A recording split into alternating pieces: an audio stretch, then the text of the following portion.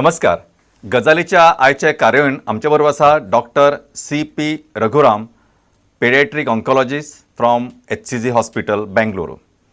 एक अतिशय गंभीर विषय जेन्ना आमी कॅन्सर अशें म्हणटात तेन्ना स्पेशली जेन्ना हो कॅन्सर किंवा हो कर्करोग ल्हान भुरग्यांक किंवा पेडियाट्रिक एज ग्रुपान जाता, कारण आमचे कडेन एक सबंद असो भुरगो आसता जाचें भविष्य आमकां नक्की कळना कितें आसा आनी खंयचोय पेरंट किंवा खंयचोय त्या फॅमिलीचो मेंबर डिसअपॉयंट जाता, उदास जाता, दुख्खी जाता, खंती जाता. पण अशा वेळार आज जे तंत्रगिन्यान उपलब्ध आसा, जी वखदां आज नवी नवी उपलब्ध आसात किंवा जी आज तंत्रगिन्यान उपलब्ध आसा ताच्या माध्यमांतल्यान आमी बरेचशें जैत हाताळूं शकता आनी मेळोवंक शकता अशें म्हटलें जाता. आमचे बरोबर आसा डॉक्टर CP रघुराम. डॉक्टर नमस्कार. Namaskar. Basically, I want you to address first of all like what you mean by cancer, especially with reference to, because actually definition doesn't change whether it is a child or a adult. But when people talk about the pediatric group, they are more concerned, they are more considerate. See, a person at 60 years of age, if he is detected to have some problem, he also says, okay, I'm not so keen, whatever possible. Or he will say, no, I don't want chemotherapy, let me die peacefully. But that is not the state when we are talking about the pediatric age group. So first of all, you just, for a layman's terminology, how you will describe cancer in pediatric age group and how we go ahead with it. Usually cancer means that the cells are dividing uncontrolled, and then the main problem is it can spread from one place to another, and that is what kills the person if it is not treated. So when we say cancer, it is the uncontrolled dividing of cells which will grow in size at that place and also can spread to the other places. When you are talking in children, especially the definition is the same, but the only difference is here we are not trying to control the disease, whereas in adults, in cancer we are trying to control the disease and prolong the life. Correct. Okay, so that if you are diagnosing cancer in a 70-year-old person, and normally a person lives even without cancer to 80, you have to control the disease for 10 years. Correct. You don't have to cure the disease, you have achieved your target. Correct. Here the importance is to control the disease and give a good quality of life. Yeah. Whereas in pediatrics, where the children are young, when we say pediatric, we are talking about children less than 18 years of age. Yeah. When they get cancer, here the aim is not to control the disease, because you cannot control for 70 years. Correct. To give a normal life, we have to cure the disease. Correct. Okay. So the target of pediatric oncology is always been to cure the disease. That means to get rid of the cancer completely, so that they go on to live a normal, productive life. Correct. Basically, if you go to see, there are two different parameters which are, means your focus is also on curing the disease. It's not just, it is not just a quality. Yeah. You are also concerned with the quantity as well as quality. Yes. Both are equally important for a pediatric oncologist like you. So you tell me, what are the types of cancer which are common in the pediatric age group? Usually the common types of cancers vary from place to place, Yeah. but in children, the commonest cancer is leukemias. Yeah. Okay. In India, the commonest, or world over, the commonest children's cancer is leukemia. The second commonest differs from place to place. In India, it is the lymphomas, whereas if you look at the world literature, it is more brain tumors comes the second place. But for some reason in India, the first commonest cancer, like any other place, is leukemia. Second is the lymphomas, and the third is the what we call CNS tumors. Leukemia means essentially blood cancer. Even though the blood is produced in the bone marrow, in all the bones, and if the cancer happens to the cells which produce the blood, then we call blood cancer. That is the commonest. Whereas lymphomas are, we got lymph glands in the neck, in the axilla and the groin. If cancer, you get cancer for the lymph nodes, they are present in other places also like chest and abdomen, then we call lymphoma. Again, there are two kinds of lymphoma, Hodgkin's and non-Hodgkin's, but both put together they form the second commonest cancer in children in India. Whereas the third is the brain tumors. When we say brain, we also include the tumors in the spinal cord, what we call central nervous system tumors, and they form the third biggest group. So you just mean, if you go to the etiology, means why is that this type of cancers are more common in Indian age group? Is there any study that way, or is there any because of our geographic location? Is it because food, or is it your hereditary which is accountable for this? Usually cancers have got lot of reasons, especially if you speak to adult people, you know, the smoking, alcohol, or these kinds of things can cause cancer. But in children's cancer, we do not exactly know what causes cancer. In a very small subgroup, there may be genetic factors involved, but that they form a very, very small group of the cancers. In most of the cancers in children, we do not know What is what the causes the cancer. So we do not have any preventive measures. Like if you in adults we say don't smoke, Correct. don't drink alcohol. If you smoke, your chances of cancer increases, lung cancer.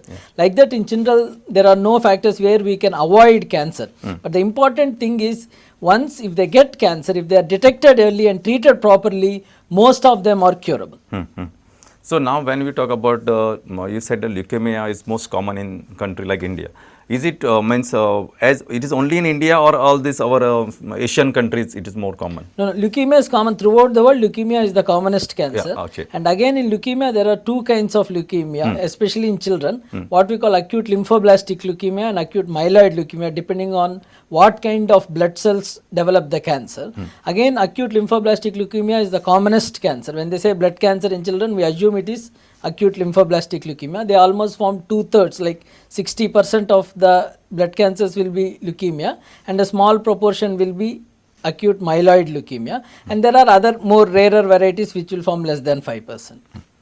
In a nutshell, can you tell us what are the clinical features of this patient at early stage and how you come to the diagnosis, or what are the investigations you establish the diagnosis? And means I'm giving a very elaborate question so that you can take your own time and touch this aspect widely. So then how you go ahead as far as management is concerned. So let's start with the clinical features. Okay. Coming to leukemia, children with leukemia can present with various things. One, they can present looking pale, that means looking very white. This is because they develop anemia, that is less hemoglobin, that means the blood production is less. So they may look very white in color, or they may feel tired. Usually a well active playing child may stop playing, won't be able to run, or will become breathless when they do their normal activity. The other thing they can have is fever.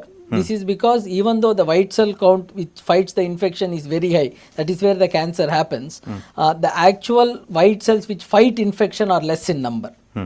So they can get fever, or they can get sore throat, or sometimes they may find that there are glands which are become big in the neck, in the groin, or in the axilla, what we call lymphadenopathy. That means there will be glands palpable, but usually they are not that big, and only when the doctor examines they will find. The other thing what they can find is they may find some spots on the body, on the skin. This may be because there are small bleeds which are happening below the skin, which we can find it as spots on the body, or they may have what we call bruises, that means big, when you have an injury, you have big bruise. Like that it can happen spontaneously even without injury. This is because the platelet counts are low. These are the most common symptoms are fever, looking pale, or the spots on the body. These are the common symptoms of leukemia.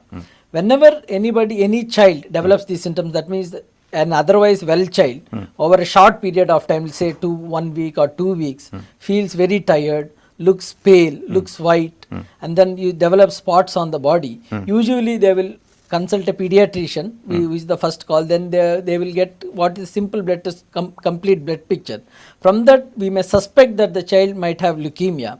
And then the next step would be to confirm it. We need to do what is called a bone marrow test. That is, we'll put a small needle into the pelvic bone back here and take a few drops of blood from there and send it for test. Usually we will do this after giving some medicine to put the child to sleep. Not full anesthesia, but what we call sedation. That means the child will not know that it will not pursue the pain. A child will not pursue the pain, and then we'll take a few drops of blood from the bone, send it off for test, and that will confirm that it is blood cancer, leukemia, and also what kind of cancer. And we do some special tests on it which will further help us to decide the treatment. Are there any markers, tumor markers, like say, let's say PSA or whatever we do in adults? Are there any tumor markers in the pediatric age group? Usually there are very few tumors which has got tumor markers in pediatrics, especially not for leukemia, because leukemia is, we can always test the blood. But there are some germ cell tumors which are some ovarian tumors which do secrete some tumor markers, but they form a small minority. For majority of the children's tumors, there are no tumor markers by which we can screen or by which we can monitor the disease. So now once you have established a diagnosis, now the treatment part, because by the time your diagnosis is established, and I can feel that everybody is restless, everybody is panic, right from maybe that the child doesn't know, out of ignorance the child may look to be happy or healthy, apparently, but the parents and all the near and dear ones are definitely affected, including the doctor at times, because especially when the family doctor concept we have in India, so definitely he also feels little helpless, that feeling is there. But with changing trends, how whatever newer modalities of treatment available in today's scenario, how we can assure them a promising result, that I want you to focus. In most of the children cancers are curable. I told you most of the thing, especially in what we are talking about leukemia. In certain kind of leukemia, which is the most commonest acute lymphoblastic leukemia, the cure rates are as high as 95 to 98%. Okay, so the first thing, if in a family, if a child is diagnosed with leukemia cancer, the people usually feel very like this is the end of the story, this child is going to die. Usually it is not. It is very curable. Yes, the child needs treatment, and the whole it is going to be a tough period for the whole family. Correct. But what we have to understand is, if the short term treatment is required and the long term we will be able to cure. There have been a lot of advances in the field of pediatric oncology. Most of the leukemias are treated with chemotherapy. That means drugs which are taken by mouth are given into the bloodstream. And the treatment usually is slightly prolonged. For the first 6 months they will have more intense treatment, and then for 2 to 3 years they will have less intense treatment. But with this, 95 to 98% of the children are cured of the leukemia. But most important during this is how to counsel the family. Correct. Because it is a very difficult period for the family.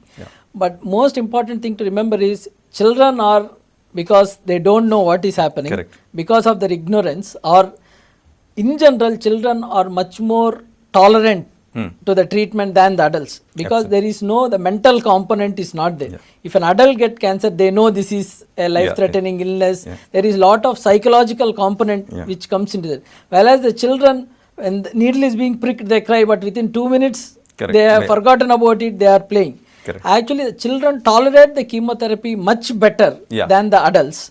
And also the side effects are less. That may be 2 reasons. One, because the children, there is the psychological component is missing. And also the children are much more healthier. Okay, whereas the adults have a lot of comorbidities, what you call, they may have diabetes, they may have hypertension, heart disease.